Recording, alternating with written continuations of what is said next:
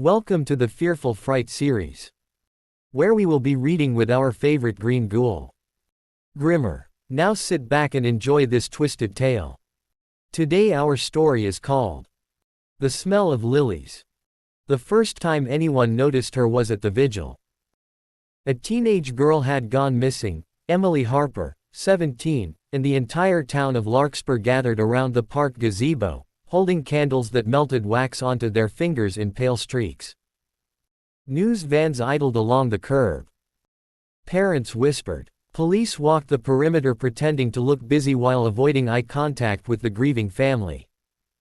And moving quietly between them all was her. Her name was Clara Whitmore. She wore a charcoal coat and carried a basket filled with white lilies wrapped in paper. She spoke gently, her voice always just soft enough that people leaned closer to hear. "I'm so sorry for your loss," she told Emily's mother, placing flowers into trembling hands. "I work at Meadowbrook Funeral Home. I see this kind of pain too often." People trusted her instantly. Maybe it was the warm brown eyes. Maybe the careful way she never interrupted anyone while they cried. Maybe the faint smell of soap and something floral that followed wherever she walked. Or maybe grief makes people desperate for kindness.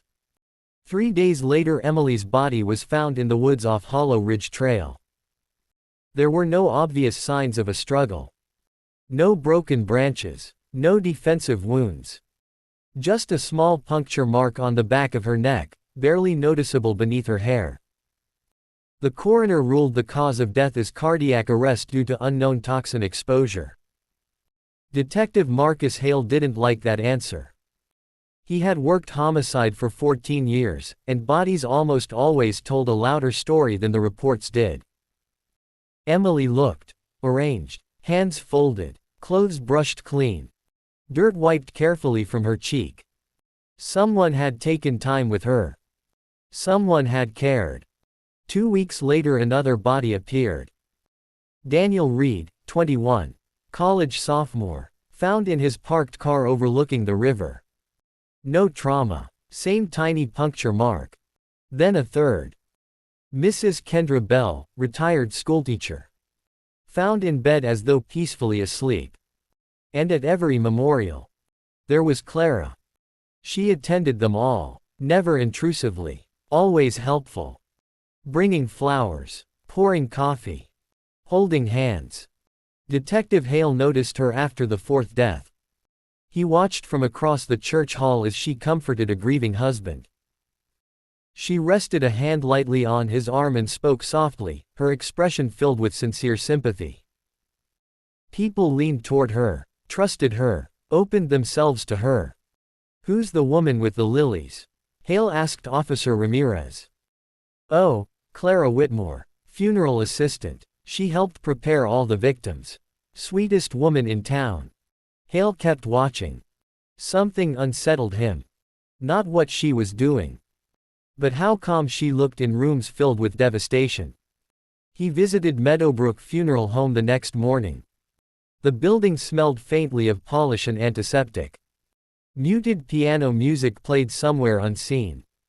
Clara stood behind the front desk arranging paperwork in neat stacks. She smiled when she saw him, not nervous, not surprised. Just welcoming. "Detective Hale, right, I saw you at the bell service. How can I help you?" Her voice carried the same softness as before. "I'm asking routine questions," he said. "You handled all 4 victims." "I prepared them for viewing, yes." She folded her hands. "I try to make families comfortable. Must be hard work." She paused. Just briefly. "It's peaceful work," she corrected. "They're never in pain anymore." Hale studied her eyes. No flicker of discomfort. No defensiveness. "Did any of them know each other?" he asked. "No," she said. "But grief always connects strangers." Then she tilted her head slightly.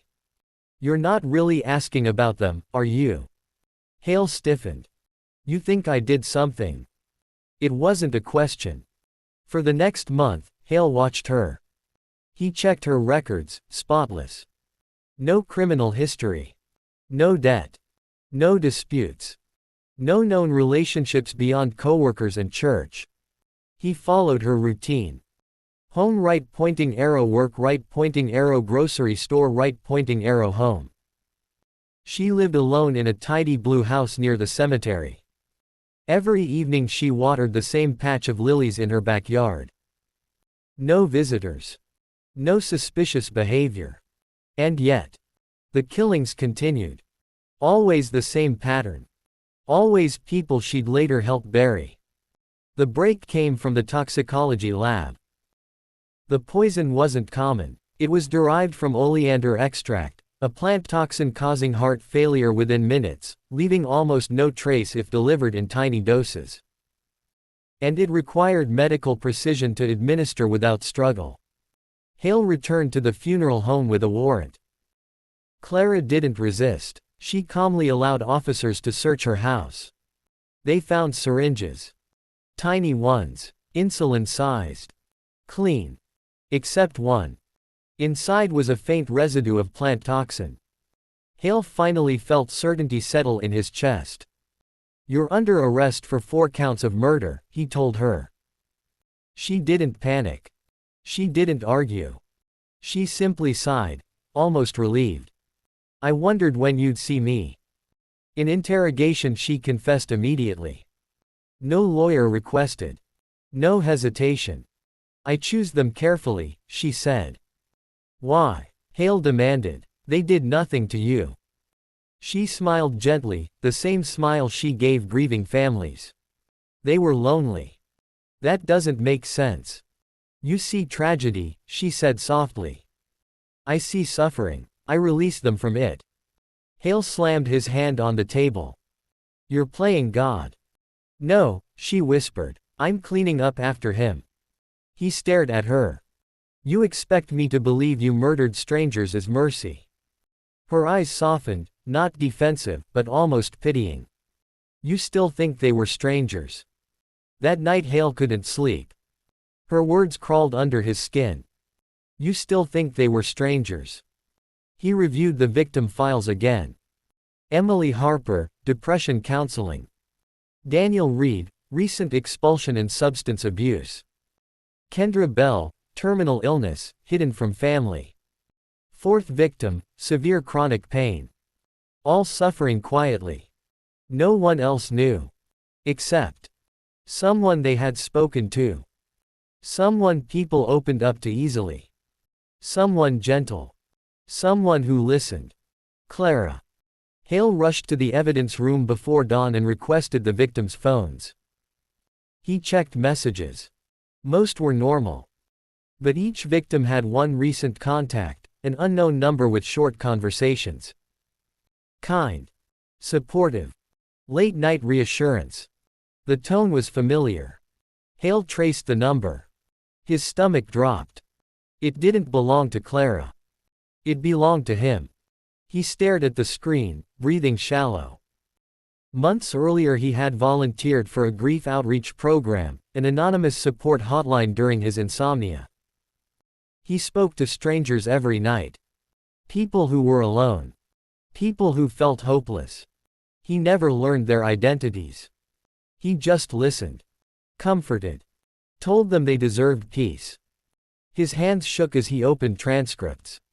"Emily, I'm tired of hurting." "Hale, you don't have to keep suffering forever." "Daniel, I feel trapped in my own life." "Hale, sometimes release is kinder than endurance." "Kendra, I don't want my family to watch me fade." "Hale, you deserve dignity." The words blurred. Back in the interrogation room Clara watched him carefully as he entered. He didn't sit. He couldn't.